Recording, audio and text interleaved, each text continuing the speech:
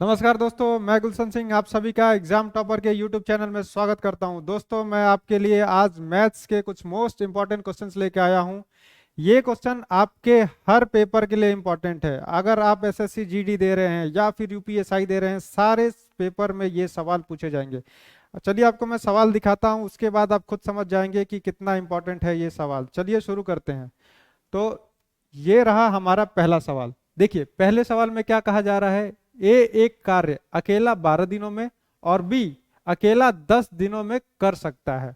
उन्होंने 440 रुपए में कार्य लिया, तो ए को कितना रुपए मिलेगा। देखिए, इस ये टाइम एंड वर्क का सवाल है। इस पे कई सारे सवाल पूछे जाते हैं। इसमें पूछा गया है कितना रुपए किसको मिलेगा। चलिए इसको भी कर देंगे, बहुत बड़ी चीज नहीं है। देखिए क्या दे रखा है। ए किसी कार्य को कितने दिन में कर रहा है। ए कर रहा है 12 दिन में। बी कितने दिन में कर रहा है। बी कर रहा है उसी कार्य को 10 दिन में। तो इसमें करते क्या है, ये जो इनका दिन है 10 12 दिन 10 दिन, इसका हम क्या करेंगे, एलसीएम ले लेंगे। तो 12 और 10 का एलसीएम कितना होगा। 12 और 10 का एलसीएम होगा 60। ये हम मान लेंगे, मान लीजिए 60 यूनिट कार्य है। ठीक, 60 यूनिट कार्य को ए कर रहा है 12 दिन में, मतलब एक दिन में कितना काम कर रहा है। 60 को 12 से डिवाइड करेंगे तो पता चल जाएगा एक दिन में 5 यूनिट काम कर रहा है। बी कितना यूनिट काम कर रहा है एक दिन में। 60 को 10 से डिवाइड कर दीजिए तो पता चल जाएगा कि बी 6 यूनिट काम कर रहा है एक दिन में। ये इनका कार्य क्षमता आ गया। ठीक है, या फिर कह सकते हैं कार्य क्षमता का रेशियो आ गया। ए बी का कार्य क्षमता का रेशियो क्या आ गया, 5:6। देखिए, अब यहाँ क्या करना है, 440 रुपए को डिवाइड करना है दो हिस्सों में, दो लोगों को बांटना है। हम इस 440 को दोनों लोगों को बराबर बराबर नहीं बांट सकते हैं, क्योंकि दोनों लोगों की कार्य करने की क्षमता अलग अलग है। तो हम क्या करेंगे, इसको उनके कार्य क्षमता के अनुसार बांट देंगे। देखिए तो क्या होगा, जो भी पैसे का बंटवारा किया जाएगा तो उसमें से क्या करेगा, ए 5 हिस्सा ले लेगा और बी क्या करेगा, बी उस पैसे का 6 हिस्सा ले लेगा। मतलब देखा जाए तो हम उस पैसे का कितना हिस्सा कर रहे हैं, 5 हिस्सा बी को दे रहे हैं, 6 हिस्सा 5 हिस्सा ए को दे रहे हैं और 6 हिस्सा बी को दे रहे हैं। मतलब हम कुल 11 हिस्से लगाएंगे। जो भी पैसा है, कितना पैसा है, 440 रुपए। रुपए है, पैसा नहीं है। 440 रुपए है, इसका 11 हिस्सा लगाना है। मतलब एक हिस्सा कितने का हो गया, एक हिस्सा हमारा हो गया 40 रुपए का।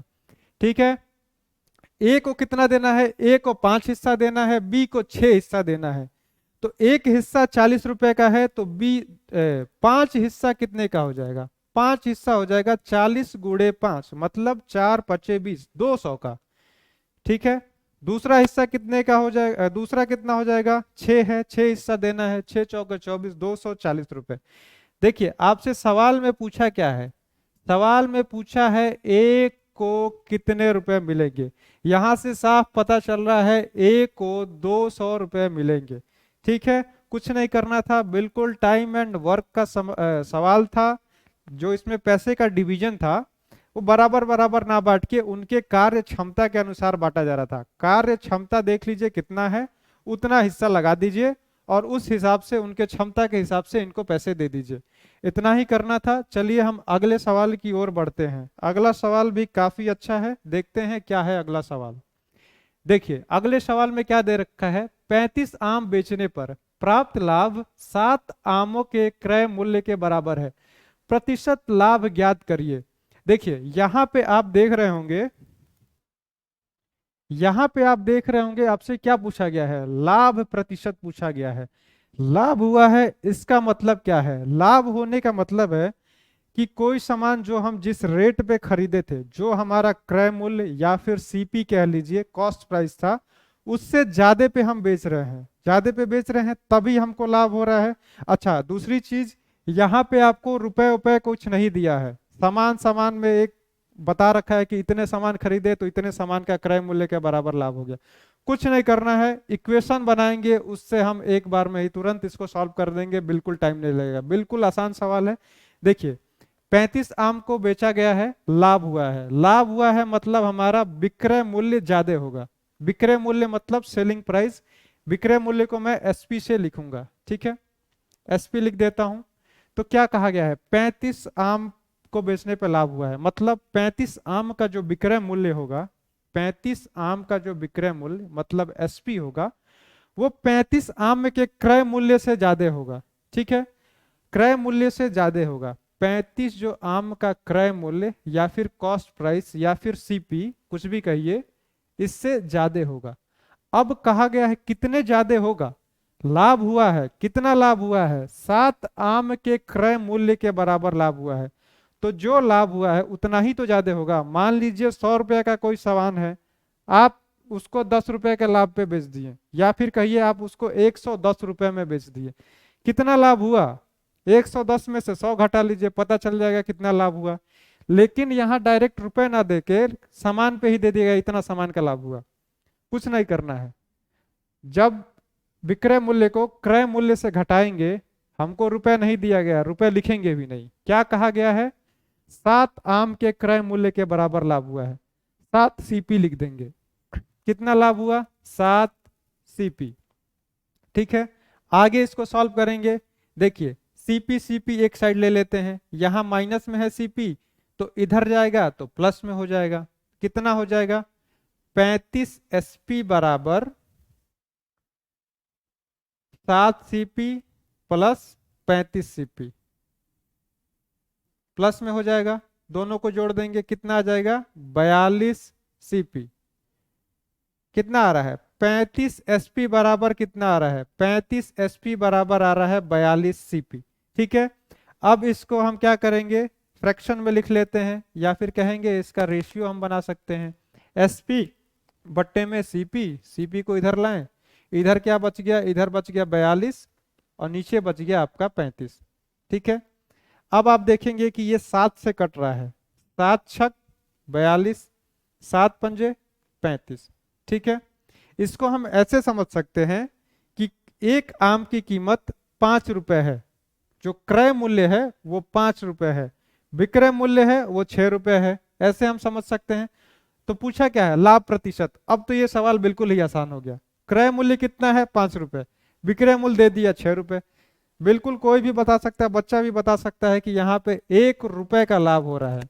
लेकिन हमसे पूछा क्या है, कितने प्रतिशत का लाभ हो रहा है, तो प्रतिशत निकालना भी आसान होता है। एक मान लीजिए 1 का लाभ हुआ, कितने पे हो रहा है, 5 पे हो रहा है, 5 ही तो क्रय मूल्य था, क्रय मूल्य पे ही प्रॉफिट निकलता है, लाभ प्रतिशत जो होता है क्रय मूल्य पे ही निकलता है। तो 1 बट्टे में 5 कर लेंगे और गुणे 100 कर लेंगे, कितना आ जाएगा, 5 20 बार में आ जाएगा 100, मतलब 20% का लाभ हो रहा है। बिल्कुल ही इजी सवाल था, कुछ नहीं करना था, रुपए उपे नहीं दिया था, रुपए लिखना भी नहीं था, जो दे रखा था जैसे दे रखा था वैसे लिख देना था। 35 एसपी माइनस 35 सीपी बराबर 7 सीपी। लाभ है, एसपी ज्यादा होगा। ठीक है, एसपी ज्यादा होगा किससे, सीपी से ज्यादा होगा, तो बस वही लिख लेना था, कितने का प्रॉफिट हुआ, 7 सीपी का। इसके इस तरह के हम आगे भी आपको सवाल कराएंगे, आगे आने वाले वीडियोस भी जरूर देखिएगा, उस पर हम दूसरा सवाल लाएंगे, हानि हो जाएगा या फिर कुछ ऊपर नीचे होगा, यहाँ पे 7 एसपी आ जाएगा, कुछ भी हो सकता है, एक एक करके हम आपको सारे सवाल बता देंगे। हमारे साथ जुड़े रहिएगा। देखिए तो क्या हुआ, कितने प्रतिशत का लाभ हुआ, यहाँ पे आया हमारा 20% का लाभ हुआ। आगे आने वाले वीडियोस में भी हम और भी इस तरह के सवाल देखेंगे, हमारे साथ जुड़े रहिएगा बिल्कुल। चलिए हम आगे बढ़ते हैं। अगला सवाल हमारा क्या है, अगला सवाल हमारा है 2000 पर, रुपए 2000 पर 20% छूट और 10% एवं 10% की दो क्रमिक छूटों में अंतर होगा। देखिए क्या हुआ है, दो तरह की छूट दी गई है, एक छूट दे दी गई है 20% की, दूसरी छूट दी गई है 10% और 10% की क्रमिक छूट। तो 10% और 10% की क्रमिक छूट है, इसको आप लोग 20% मत समझिएगा, क्रमिक छूट है ये, और दोनों चीज बदलती है, दोनों चीजें अलग अलग होती है। तो एक मैं आपको छोटा सा एग्जांपल लेके समझा देता हूं कि कैसे दोनों अलग है। मान लीजिए, बिल्कुल छोटा सा एग्जांपल लेते हैं, मान लीजिए कोई सामान 100 रुपए का है, सामान 100 रुपए का है, इस पे दो तरह का छूट देते हैं, एक छूट देते हैं हम 20% का, और दूसरा छूट देते हैं 10% और 10% का, 10% का दो छूट देते हैं। ठीक है, देखिए ये 10% वाला जो छूट होता है कैसे होता है, इसको मैं अभी आपको समझा देता हूँ। तो 20% का अगर छूट देंगे तो हम साफ देख रहे हैं कि यहाँ कितना 20 रुपए का छूट मिल जाएगा, कोई दिक्कत नहीं है, ये हमारे काम की चीज नहीं है, ये तो बिल्कुल ईजी है, समझना हमको इसको है। कि ये कैसे हो रहा है। चलिए तो कुछ देर के लिए मैं इसको मिटा देता हूं। 10-10% का दो छूट, आपको क्या किया जाएगा, 100 रुपए पे एक 10% का छूट पहले दिया जाएगा। तो जब 100 रुपए पे 10% का छूट दे दिया जाएगा तो आपका जो सामान होगा उसका दाम कितना हो जाएगा, 90 रुपए। ठीक है, तो मान लीजिए एक छूट हम दे दिए 10% का, अब कितने का हो गया सामान, 90 रुपए का। अब क्या किया जाएगा, आपको एक और छूट दिया जाएगा, लेकिन अब वो छूट इस पे ना देके ये जो छूट देने के बाद अमाउंट बचा है इस पे दिया जाएगा। तो जो दूसरा छूट होगा वो 100% पे ना देके 90% पे दिया जाएगा।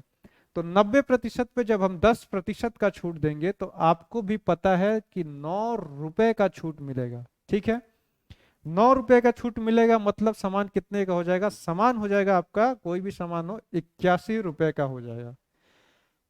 तो हमने देखा जो 20% का हम छूट दे रहे थे जब, तो 100 रुपए से कितने का हो जा रहा था, जब 20% का दे रखे थे तो बिल्कुल आराम से 20 माइनस कर दे रहे थे तो वो हो जा रहा था 80 का, यहाँ हो गया 81 का।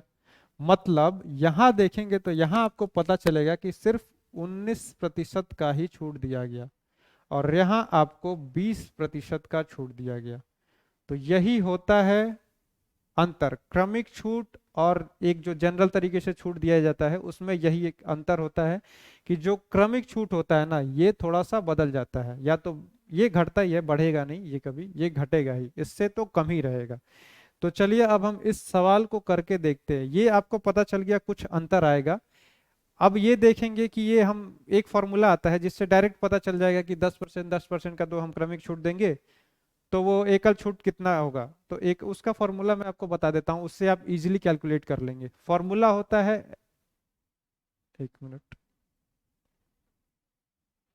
फॉर्मूला होता है x plus Y plus X Y upon में 100। ठीक है, ये फॉर्मूला होता है। एक्स वाई दो अलग अलग वैल्यू होती है, यहाँ पे दोनों एक ही छूटे, हो सकता है अगले क्वेश्चन में जो आगे मैं आने वाले दिनों में कराऊंगा वहां पे यहाँ 10% हो, यहाँ 20% हो, तो वहां पे एक्स वाई एक 10 हो जाएगा, एक 20 हो जाएगा। यहाँ पे सेम है, कोई दिक्कत नहीं है। अच्छा, छूट है, छूट का मतलब क्या, छूट का मतलब हुआ प्राइस कम हुआ, तो इसको हम माइनस साइन के साथ लिखेंगे। इसका बस आप लोग ध्यान रखिएगा, छूट है कितना, 10% का, पहला छूट कितना 10%, दूसरा 10%। ठीक, -10 -10। अब यहां देखिए प्लस में -10 गुणे -10 बट्टे में 100। सबको पता है माइनस गुणे माइनस कितना हो जाएगा, प्लस हो जाएगा। ये दोनों साइन हट जाएंगे, प्लस में बदल जाएंगे, या फिर इनको हटा भी सकते हैं या प्लस में कर लीजिए, कोई दिक्कत नहीं है। अब देखिए -10 कितना हो जाएगा, -20। एक जीरो से एक जीरो काट दीजिए, दूसरे जीरो से दूसरे जीरो काट दीजिए। ये प्लस में नहीं है, मल्टीप्लाई में है, बस ये डिजिट जो था ये माइनस में था, अब ये प्लस में हो गया है, इसके लिए प्लस साइन है। एक जीरो से एक जीरो, दूसरे जीरो से दूसरे जीरो, कितना बच जाएगा, एक बच जाएगा। ठीक है, +1, यहां से कितना आ गया, -19। -19 मतलब 19% का डिस्काउंट होगा। अगर 10-10% के दो छूट दे दिए जाए, दो क्रमिक छूट दिए जाए, तो वो छूट 20% का ना होके वो छूट 19% का होगा। ठीक है, यहां देखिए एक छूट कितने का दिया जा रहा था, 20% का था, इसको हमने देख लिया कितना हो गया, 19% हो गया। पूछा क्या है, छूटों में अंतर होगा, अंतर होगा, अंतर क्या होगा कुछ भी कह सकते हैं। परसेंटेज में पूछेगा तो बिल्कुल इजी है, परसेंटेज में पूछ दिया तो 1% का अंतर होगा, छूट का जो अंतर हो गया 1% का हो गया। रुपए में पूछ रहा है, कोई दिक्कत नहीं है, रुपए में भी निकाल देंगे, 1% निकाल लेंगे किसका, 2000 का 1% निकाल देंगे। निकाल दीजिए 2000 का 1%, बिल्कुल इजी है, 1/100 गुणे 2000, एक से एक जीरो कट गया, दूसरे जीरो से दूसरा जीरो कट गया, कितना बचा 20।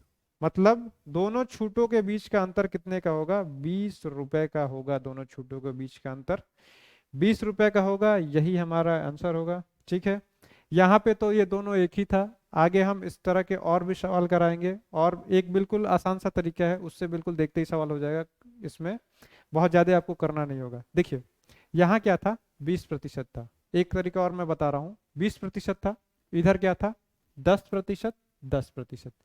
ये भी अगर ऐसे नॉर्मल जोड़ेंगे तो 20% ही हो रहा है। ठीक है, कोई दिक्कत नहीं है। यहाँ देखिए 20% हो रहा है, ये भी x प्लस वाई करने पे 20% हो रहा है। तो जो अंतर आ रहा है वो अंतर किसकी वजह से आ रहा है, यहां देखिए अंतर जो आ रहा है इस वाले टर्म की वजह से आ रहा है। ये जो हमारे पास आ रहा है एक्स वाई बट्टे में 100, इसके वजह से अंतर आ रहा है। अगर कभी अंतर पूछा जाए तो आप क्या करेंगे, सीधे एक्स वाई बट्टे 100 लगा देंगे। लेकिन सीधे लगाएंगे कब, जब ये 20% दे रखा है, मान लीजिए कोई भी प्रतिशत दे रखा है, इसको नॉर्मल तरीके से जोड़ने पे उतना ही प्रतिशत आ रहा हो तभी इस फॉर्मूले को लगाएंगे। अगर बदल रहा होगा तब आप नहीं लगा सकते हैं, और बदल रहा होगा तो वैसे जनरल केसेस में पूछे भी नहीं जाते हैं। तो सीधे हम एक्स वाई अपॉन 100 कर लेंगे, जो कि हम यहाँ किए हुए थे। एक्स वाई अपॉन 100 कितना आ रहा था, 1 आ रहा था। तो हमने देखा अंतर भी जब फाइनल हम सॉल्व किए तो यहाँ पे भी कितना आ रहा था, 1% आ रहा था। तो इसको हम उस तरीके से भी कर सकते हैं। आगे मैं इस तरह के और भी सवाल लाऊंगा जिसमें ये दोनों बदलेंगे, तो वहां ये आपका कॉन्सेप्ट और भी क्लियर हो जाएगा। चलिए तब तक हम अगले सवाल की ओर बढ़ते हैं। ये रहा हमारा चौथा सवाल, 1 मिनट, ठीक है। ये रहा हमारा चौथा सवाल।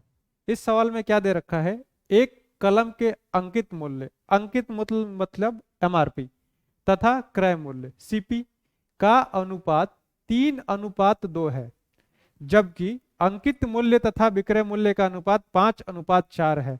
लाभ प्रतिशत क्या होगा, आपसे लाभ प्रतिशत पूछा गया है। क्या दिया गया है, अनुपात अनुपात में लिख दिया गया है MRP CP MRP SP.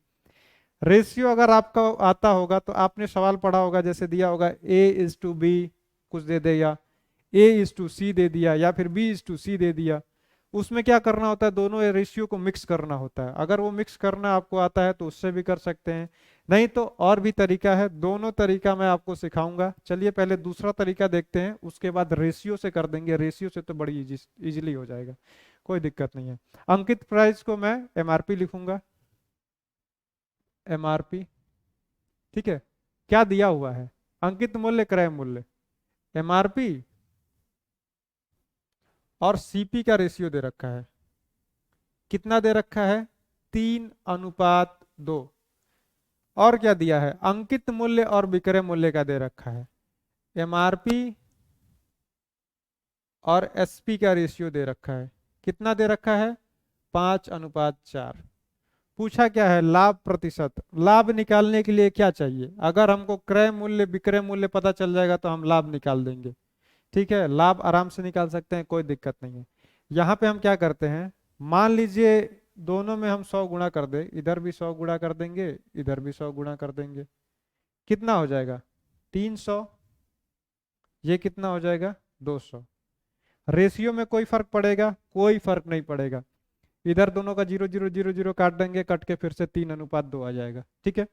MRP CP हम मान लेते हैं कि एमआरपी हमारा 300 रुपये है, क्रय मूल्य हमारा या फिर सीपी हमारा 200 रुपये है। एमआरपी अगर यहाँ मान लीजिए पेन का एमआरपी 300 है, यहाँ भी 300 होगा, यहाँ पे बदलेगा नहीं क्योंकि दोनों केस में पेन एक ही है। तो यहाँ भी 300 होगा, मतलब जो ये 5 यूनिट है इसका वैल्यू 300 होगा। 5 यूनिट का वैल्यू 300 होगा। 1 यूनिट का वैल्यू कितना हो जाएगा, 300 को 5 से भाग देंगे तो आ जाएगा 60। यहाँ 300 रुपये था तो यहाँ भी 300 ही रुपये होगा। 1 यूनिट का वैल्यू हमारा 60 रुपये आ रहा है। तो एसपी 4 यूनिट है इस रेशियो के हिसाब से, तो 4 यूनिट का वैल्यू भी हमारा कितना, 4 यूनिट का वैल्यू कितना आ जाएगा, 60 गुणे 4 मतलब 240 रुपये आप कह सकते हैं। अच्छा अब देखिए, अब तो एक समय के लिए ये देखेंगे कि हम इसको रुपए में कन्वर्ट कर दिए हैं अपने सुविधा के लिए। इसको ऐसा कुछ सही में होगा नहीं, सही में कुछ भी हो सकता है। कॉस्ट प्राइस, क्रय मूल्य हमारा 200 रुपये दिख रहा है, विक्रय मूल्य हमारा 240 रुपये दे रखा है। लाभ निकालने के लिए चाहिए क्या, क्रय मूल्य पता है, विक्रय मूल्य पता है, लाभ निकाल देंगे। कितने का लाभ आ रहा है, रुपए में पूछा जाए, रुपए में पूछा नहीं जाएगा क्योंकि रुपए तो हम माने हैं, ऐसा तो था नहीं, रुपए तो दिया नहीं था। आपसे पूछा जाएगा प्रतिशत में ही, लेकिन समझने के लिए हमने रुपए में बना लिया था। तो ये इस हिसाब से देखेंगे तो 40 रुपए का लाभ हुआ। लाभ किस पे हुआ, 200 पे। तो 40/200 का हम क्या करेंगे, प्रतिशत निकाल देंगे, गुणे 100, 100 दूना 200 और 2 20 जा 40, मतलब जो लाभ प्रतिशत आ जाएगा हमारा 20% का लाभ होगा। कितने का लाभ होगा? 20% का लाभ होगा। क्या किए हैं एक बार और समझ लीजिए। एमआरपी दिया था, सीपी दिया था, एमआरपी दिया था, एसपी दिया था। दोनों केस में समान एक ही था, तो दोनों केस में एमआरपी भी एक ही होगा। यहाँ पे कॉमन भी देखेंगे तो एमआरपी ही है, एमआरपी कॉमन है, दोनों केस में एमआरपी बराबर होगा। यहाँ पे हम जब एमआरपी को 300 माने हैं तो यहाँ भी एमआरपी हमारा 300 ही होगा, लेकिन ये 5 यूनिट से जो ये रेशियो का टर्म है 5 से ये डिनोट कर रहा है, तो 5 की वैल्यू कितनी हो जाएगी? 300। एक की कितनी थी? 60, तो 4 की हो गई 40। सीपीएसपी निकल गया, तो यहाँ से प्रतिशत निकाल देंगे। दूसरा जो रेशियो वाला मेथड है वो भी मैं आपको बता देता हूँ। 20% आ रहा है, ए में दे रखा है, कोई दिक्कत नहीं है। रेशियो वाला मेथड भी बता देता हूँ कैसे रेशियो से करते हैं। रेशियो में एक आपने पढ़ा होगा, मान लीजिए जैसे आपको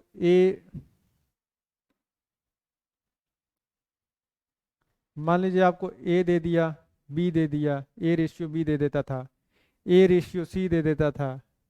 इसको क्या करते थे? पूछ देता था आप A ratio B ratio C बताइए। इस तरह के सवाल अगर आप पढ़े होंगे तो ठीक है, नहीं पढ़े होंगे तो इसको भी हम समझा देंगे, कोई दिक्कत नहीं है। अभी इस सवाल के लिए देखते हैं क्या किस चीज़ की ज़रूरत है, इसमें क्या क्या होगा। देखिए क्या क्या रेशियो दिया है। एमआरपी का रेशियो दिया है, एमआरपी सीपी कितना दिया है? 3:2। और क्या दिया है? एमआरपी एसपी का रेशियो दिया है 4:5। जैसे मान लीजिए एमआरपी और एसपी का रेशियो, एसपी का दे रखा है 5:4, या फिर ऐसे कह लीजिए कि एसपी और एमआरपी का रेशियो दे रखा है 4:5। ऐसे भी कह सकते हैं, कोई दिक्कत नहीं है। इसको करने से थोड़ा सा हमें कैलकुलेशन में इजी हो जाएगा, कैलकुलेशन हमारा आसान हो जाएगा। क्या करेंगे हम? इस साइड एसपी लिख लेंगे ऐसे, ठीक है। अच्छा, एमआरपी कितना है इसमें? इस रेशियो में 3 है, इस रेशियो में कितना है? 5, यहाँ नीचे 5 लिख दीजिए। एसपी कितना है? 4। अब इन दोनों को मिलाना है। कुछ लोग ऐसे करते होंगे, जैसे ये वाला तरीका उनको पता होगा, ये ऐसे भी वो लोग सॉल्व करते होंगे रेशियो को कंबाइन करने के लिए। लेकिन ये तरीका भी बिल्कुल सही है, कोई दिक्कत नहीं इस तरीके में। मैं भी आपको एक तरीका बता दे रहा हूँ। ये तरीका जब ये 4 5 कितना भी बड़ा हो जाएगा वहां पे आप ये तरीका लगा लेंगे, सॉल्व हो जाएगा। क्या करना होता है? इधर जो स्पेस बच रहा है, इधर कितना भी स्पेस हो या फिर इधर कितना भी स्पेस हो, तो जो ये वाला टर्म होता है इससे इसको हम भर देते हैं। 3 है, इधर भी 3 भर दीजिए। अब देखिए इधर का स्पेस भरना है, 5 है, यहाँ पे भी 5 भर दीजिए, कोई दिक्कत नहीं है। अब क्या करिए? इनको ऐसे ऐसे गुणा कर दीजिए। कितना होगा? 4 तिहाई 12, 5 तिहाई 15, 5 दूना 10। अब ये जो हमारे पास रेशियो निकल के आया, ये एसपी एमआरपी सीपी का रेशियो आया 12, 15, 10। पूछा क्या है? Profit percent. तो एक तरह से आप ये समझ सक लीजिए, मान लीजिए 12 रुपया विक्रय मूल्य एसपी, 15 रुपया एमआरपी और 10 रुपया सीपी है, ठीक है। तो अब आपसे पूछा जाएगा प्रॉफिट कितना हुआ, प्रॉफिट परसेंट कितना हुआ। यहाँ हम देखेंगे सीपी और एसपी पता है, तो हम देख लेंगे 2 का प्रॉफिट हुआ, कितने पे हुआ? 10 पे। 2/10 गुणे 100। यहाँ से भी जब हम सॉल्व करेंगे, 2×5 5 20 जा 20% का लाभ यहाँ से भी आ रहा है। ये वाला सवाल ये वाला तरीका भी इजी है। अगर आपको रेशियो कंबाइन करना आता है तो कोई दिक्कत नहीं है, इससे करिए, ये ज़्यादा आसान पड़ेगा। नहीं आता है तो एक और तरीका मैं बता ही दिया हूँ, उसको बेसिक कहेंगे, उससे भी आप लोग कर सकते हैं, बिल्कुल ईजिली हो जाएगा, आपका सवाल फंसेगा नहीं। चलिए अगले सवाल की ओर बढ़ते हैं। अगला सवाल हमको दे रखा है, एक घड़ी का अंकित मूल्य 600 है। एक दुकानदार 2 क्रमिक छूट देता है और 459 में घड़ी बेचता है। यदि पहली छूट 10% है तो दूसरी छूट ज्ञात करें। क्रमिक छूट का सवाल फिर से आ गया। देखिए ये जो प्रतिशत है, प्रॉफिट लॉस है, किसी भी पेपर में इसका वेटेज ज्यादा ही होता है, इससे सवाल पूछे ही जाएंगे। 2 सवाल 3 सवाल 4 सवाल भी पूछ दिए जाते हैं। यहाँ पे भी क्वेश्चन मैंने कुछ ज्यादा ही दे रखा है, कोई दिक्कत नहीं है। इसको हम करते हैं, देखते हैं इसको कैसे करना है। क्या दे रखा है? अंकित मूल्य है 600 रुपए। दुकानदार 2 क्रमिक छूट देता है और बेच देता है 459 में। एक छूट पता है, दूसरा छूट हमको नहीं पता है। 600 रुपये का था, ठीक है, बेचा कितने में गया, 459 में। अब देखिए एक छूट कितने का दिया गया है, एक छूट आप देखेंगे कि यहाँ पे 10% का दिया गया है। तो 600 का 10% कितना होगा, 600 का 10% 60 होगा। आप चाहें तो निकाल सकते हैं 600 गुणे 10/100, लेकिन इजी है, 60 होगा। तो अगर मान लीजिए 600 पे 60 रुपए का डिस्काउंट दे दिया गया तो कितना के हो गया, अब वो 600 में से 60 घटा लीजिए, अब वो हो जाएगा 540 रुपए का। तो पहला डिस्काउंट देने के बाद किसी भी सामान का दाम, जो भी सामान था, घड़ी था, 540 रुपये हो गया। अब जो हमने पहले भी एग्जाम्पल में बताया था क्रमिक छूट जो दिया जा रहा था, तो वो क्रमिक छूट देते कैसे थे, एक छूट दे देते थे, जितना हुआ 540 हुआ, अब इस पे दूसरा छूट दे देंगे। तो जो दूसरा छूट दिया गया होगा वो 540 पे दिया गया होगा। कितना दिया गया है नहीं पता है, कितना प्रतिशत दिया गया है नहीं पता है, लेकिन हमको ये पता है कितने रुपए का दिया गया है, तो रुपए पता है तो प्रतिशत निकाल देंगे। 540 रुपए का सामान अगर आपको 459 में बेच दिया जाए तो कितने रुपए का डिस्काउंट हो जाएगा, देखिए 59 एक 60 40 100 चार चार 81 रुपए का डिस्काउंट हो गया।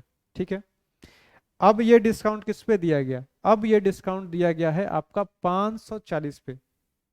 540 पे क्रमिक छूट जो होता है, जो डिस्काउंट के बाद दाम बचता है उस पे दे दिया जाता है, फिर से अब इस पे डिस्काउंट दिया जाएगा, इस पे डिस्काउंट नहीं दिया गया, डिस्काउंट अब इस 540 पे दिया गया है। इसी का प्रतिशत पूछा है, 81 रुपए का डिस्काउंट दे दिया गया है 540 पे। बहुत ही टफ सवाल था, सोच सकते हैं आप ऐसा कि बहुत ही टफ था, लेकिन टफ वफ था नहीं। एक जीरो से एक जीरो काट दीजिए, 9×9 = 81 और 9×6 = 54। ठीक, 9×10 = 90 और बट्टे में 100, 6 सॉरी 90/6, तो 6 15 जा, मतलब जो दूसरा छूट था हमारा, ये दूसरा छूट हमारा 15% का था, यहाँ पे जो छूट था 15% का था। ठीक है, अगर किसी को लग रहा है गलत आ रहा है या कुछ आ रहा है, वो चाहे तो इससे अब यहाँ पे 15% का छूट दे के देख लीजिए 459 आ रहा है कि नहीं आ रहा है। आएगा 459 ही, इतना ही आएगा, बिल्कुल सही किया जा रहा है। तो इसमें क्या किए, पहले 10% का छूट दिए, देख लिए कितना हो गया, 459 540 हो गया। कहा क्या गया है कि दूसरा छूट देने के बाद 459 में बेच दिया गया है।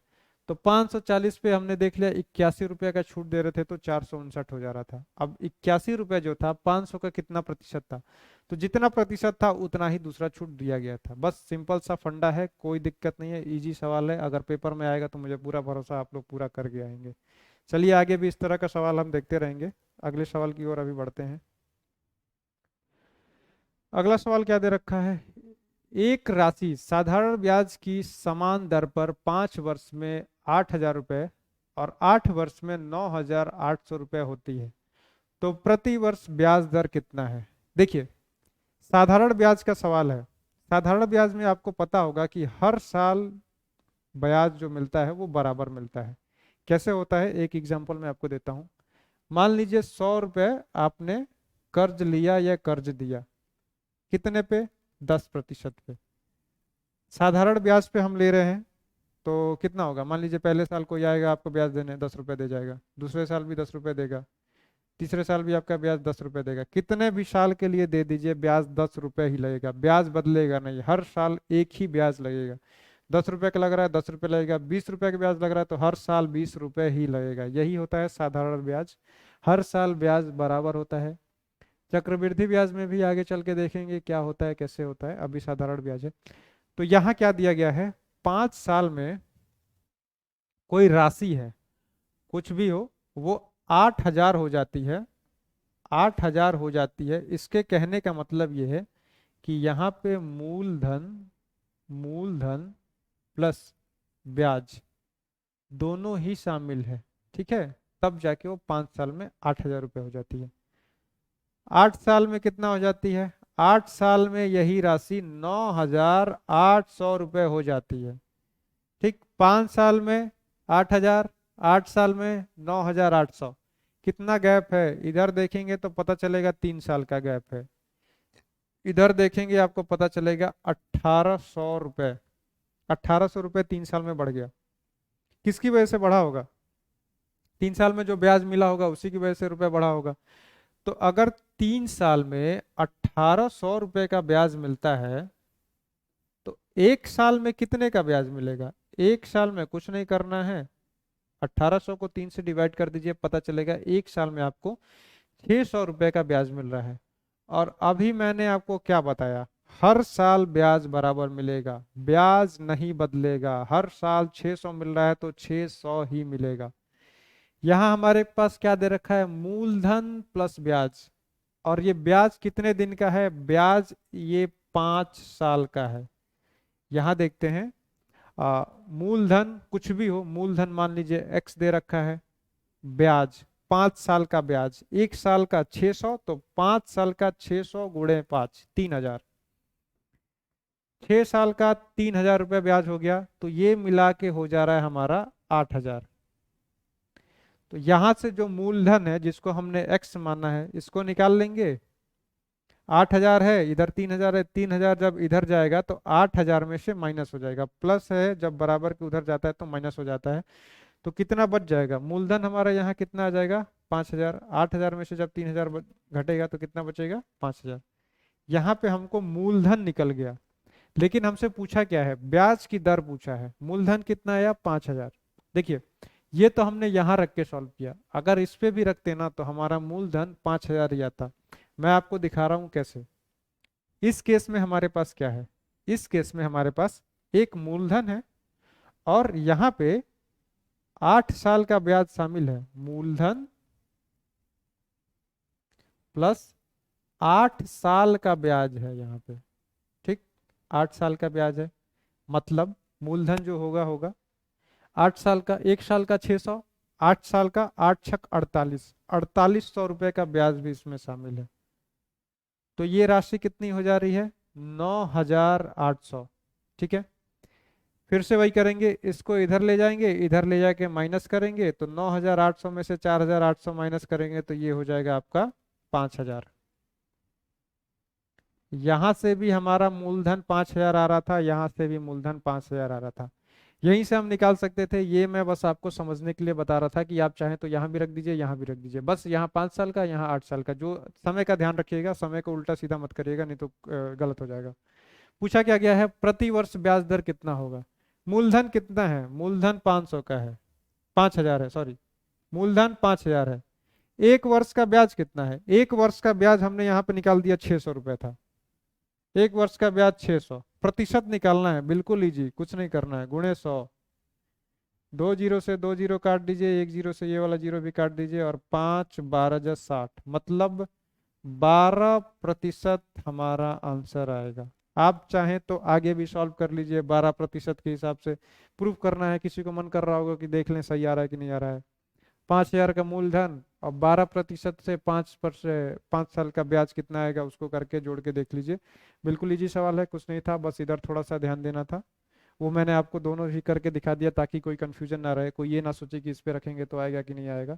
12% आएगा, बिल्कुल इजी से आप कर सकते हैं। चलिए अगले सवाल की ओर करते हैं, चलते हैं।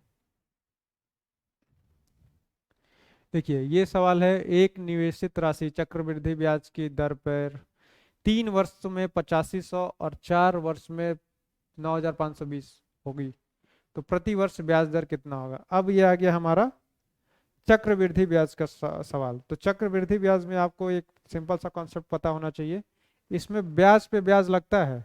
मान लीजिए जैसे आपने किसी से, बैंक से आपने लोन लिया, 100 रुपए का आप लोन ले रहे हैं 10% के दर पे। तो जब 100 रुपये, चलिए करके दिखाता हूँ आपको। 100 रुपये आपने ले लिया, कितने पे, 10% पे आपने बैंक से लोन उठाया, ठीक है।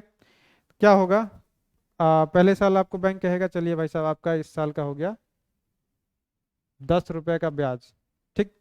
लेकिन जब दूसरे साल आप जाएंगे तो वो कहेगा 10 रुपए का जो ब्याज इस पे बन रहा था वो तो बन ही रहा था, लेकिन अब जो ये ब्याज है इस ब्याज पे भी हमको ब्याज चाहिए।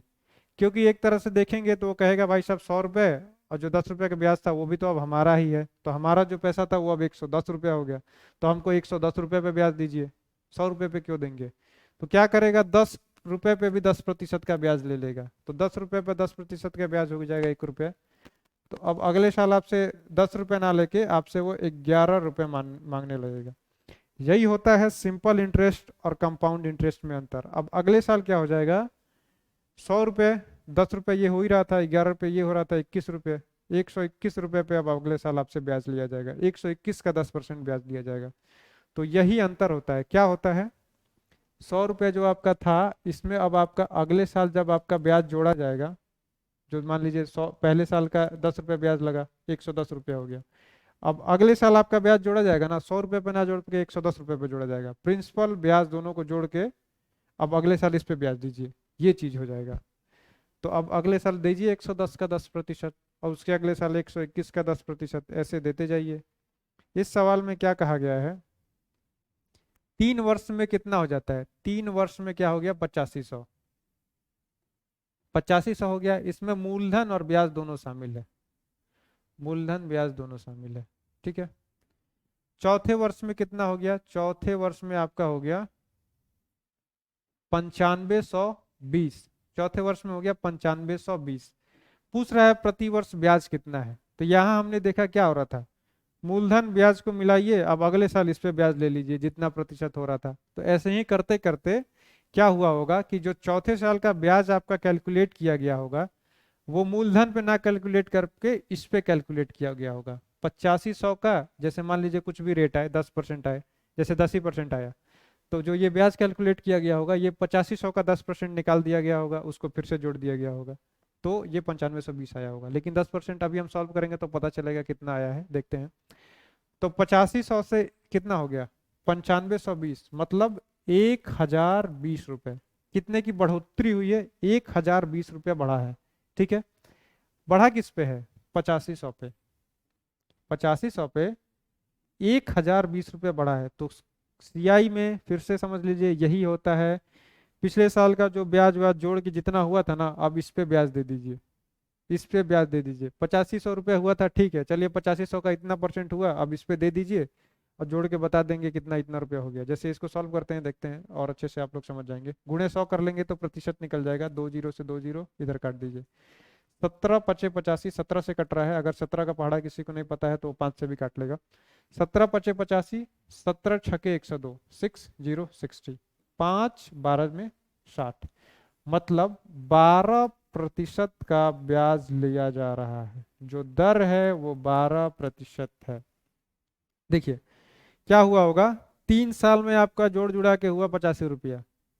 अब आप हमको 12% का ब्याज दे रहे थे, चलिए 8500 पे अब 12% ब्याज दे दीजिए।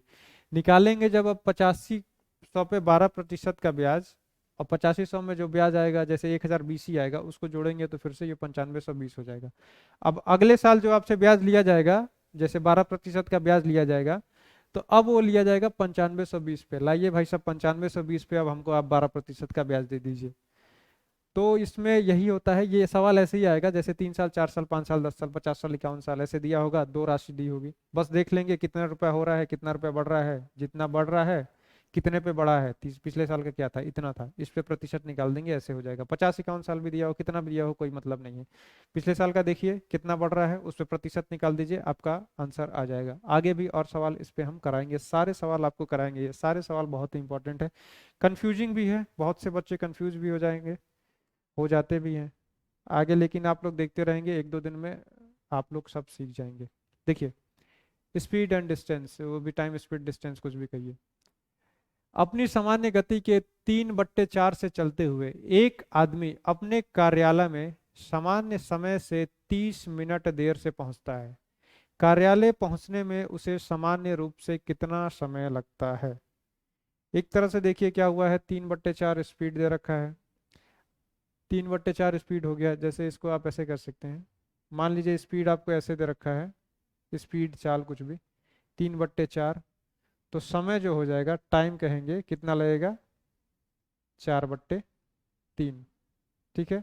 ये तरीका होता है। यहाँ से हम क्या कर लेते हैं, देख लेते हैं ये कितने गैप है, एक एक कितना है, 30, और ऐसे निकाल देते हैं। चलिए मैं आपको थोड़ा सा समझाने के लिए दूसरा तरीका यूज करता हूँ। इस ये मान लीजिए क्या दे रखा है, अरे यार, गति, स्पीड जो भी हो, पहले, अब,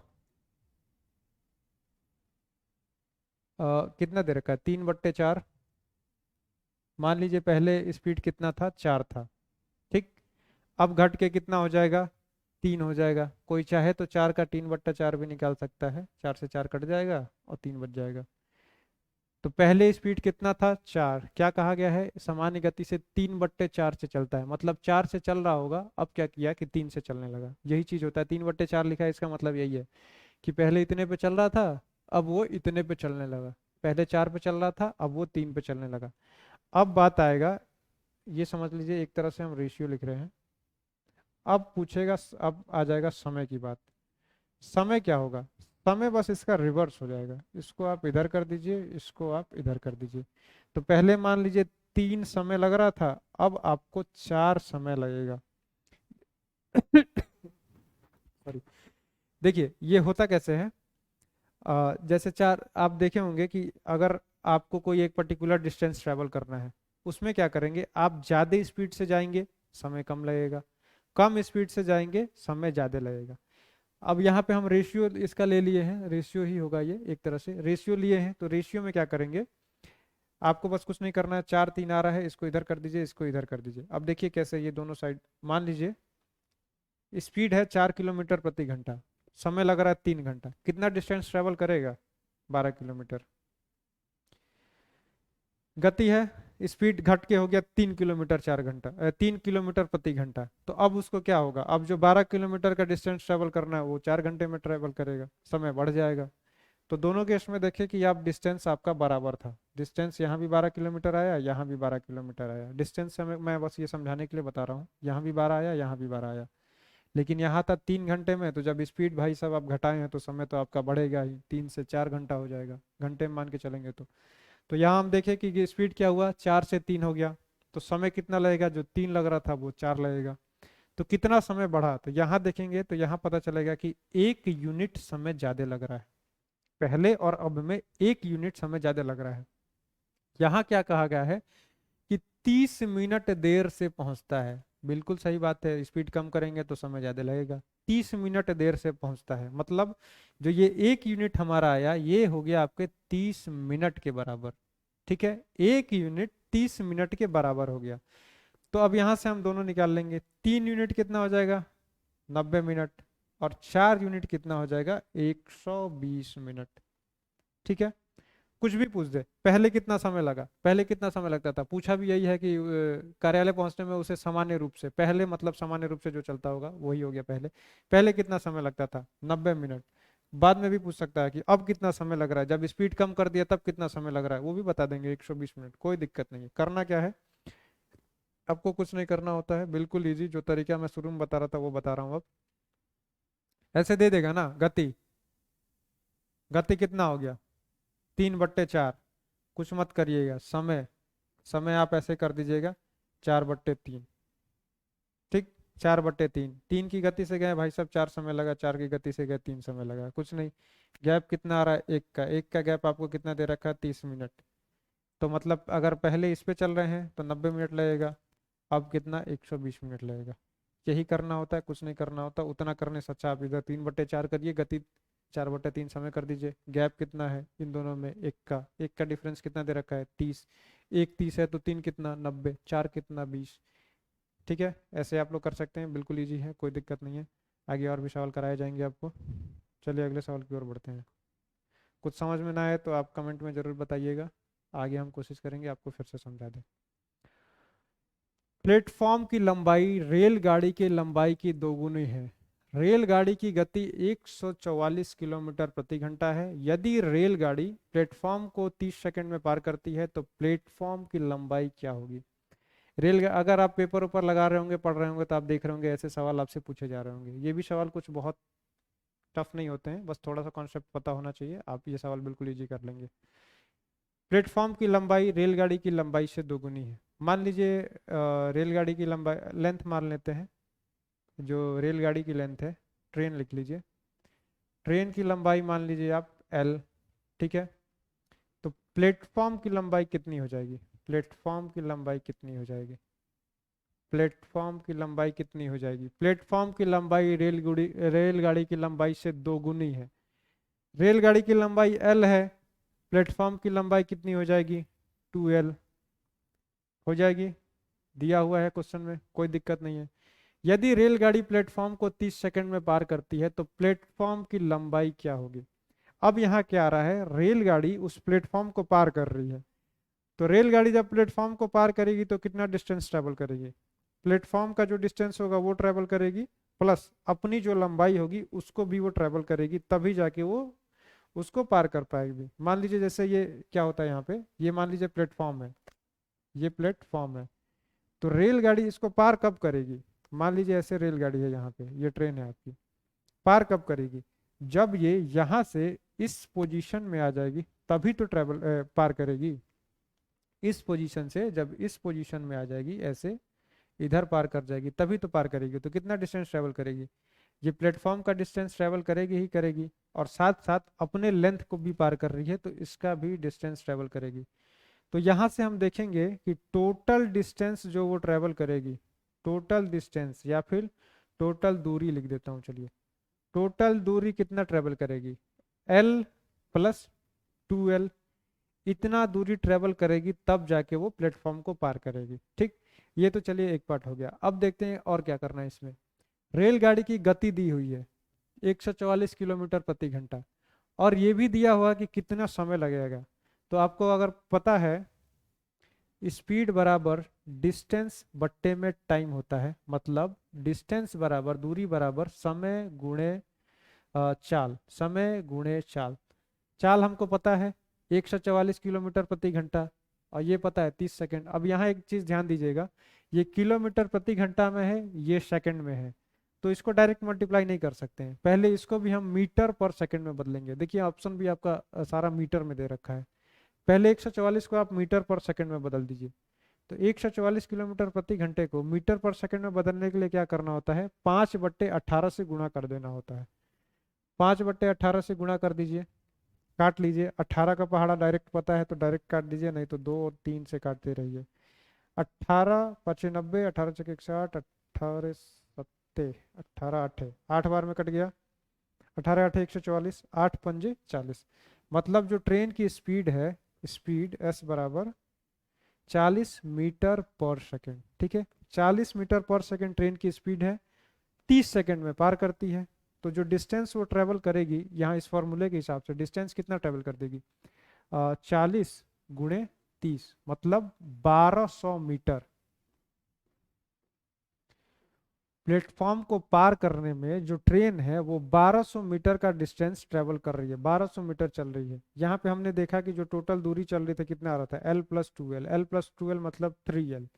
अब 3L बराबर यहाँ से हमें पता चल गया कि 1200 मीटर आ रहा है। 3L बराबर कितना आ रहा है, 1200 मीटर, तो L बराबर कितना हो जाएगा, 400 मीटर। L बराबर 400 मीटर। L क्या था L हमने माना था ट्रेन का लेंथ, ट्रेन का लेंथ था L, पूछा क्या है, प्लेटफॉर्म का लेंथ। तो प्लेटफॉर्म दे रखा है, प्लेटफॉर्म की लंबाई रेलगाड़ी की लंबाई से दोगुनी है। तो जो ट्रेन की लंबाई 400 मीटर आई, तो प्लेटफॉर्म की लंबाई कितनी आ जाएगी, 400×2, 400×2 मतलब 800। 800 मीटर की क्या होगा, प्लेटफॉर्म होगा। यही हमारा आंसर होगा, 800 मीटर। चलिए अगले सवाल की ओर बढ़ते हैं। अगला सवाल बिल्कुल ही इजी, कुछ नहीं करना है। इसमें क्या करना होता है, बॉड मास लगाना होता है, ब्रैकेट हुआ है, ऑफ को सॉल्व करिए, मल्टीप्लाई करिए, बॉड मास जो भी है BODMAS, ब्रैकेट है, ऑफ सॉल्व करिए, ना ब्रैकेट है ना ऑफ है, कोई दिक्कत नहीं है। डिवाइड है, ये भाग दीजिए, यहाँ पे मल्टीप्लाई करिए, और इसके बाद क्या करिए भाग दीजिए, मल्टीप्लाई करिए, प्लस करिए, माइनस करिए, यही करना होता है, कुछ नहीं करना है। आप सवाल में देख लीजिए क्या करना है, पहले करना है भाग, 48 और 6 को भाग कर लीजिए, तो 6×8 = 48। ठीक, ऐसे लिख देता हूँ, 25 माइनस 6×8 = 48, 8 प्लस 12×2। एक स्टेप हो गया, डिवाइड हमने कर दिया। अगला क्या करना है, मल्टीप्लाई करिए। मल्टीप्लाई कहाँ है, यहाँ पे है। ठीक है, 25 माइनस 8 प्लस 12×2 = 24। ठीक, अब यहाँ से आप चाहें तो पहले प्लस माइनस कर सकते हैं, लेकिन जैसे कहा गया वैसे ही करते हैं। प्लस करिए या फिर प्लस माइनस कुछ भी कर लीजिए, कोई दिक्कत नहीं है। यहाँ अगर प्लस माइनस पे आ जाएगा तो आपका सवाल नहीं फंसेगा।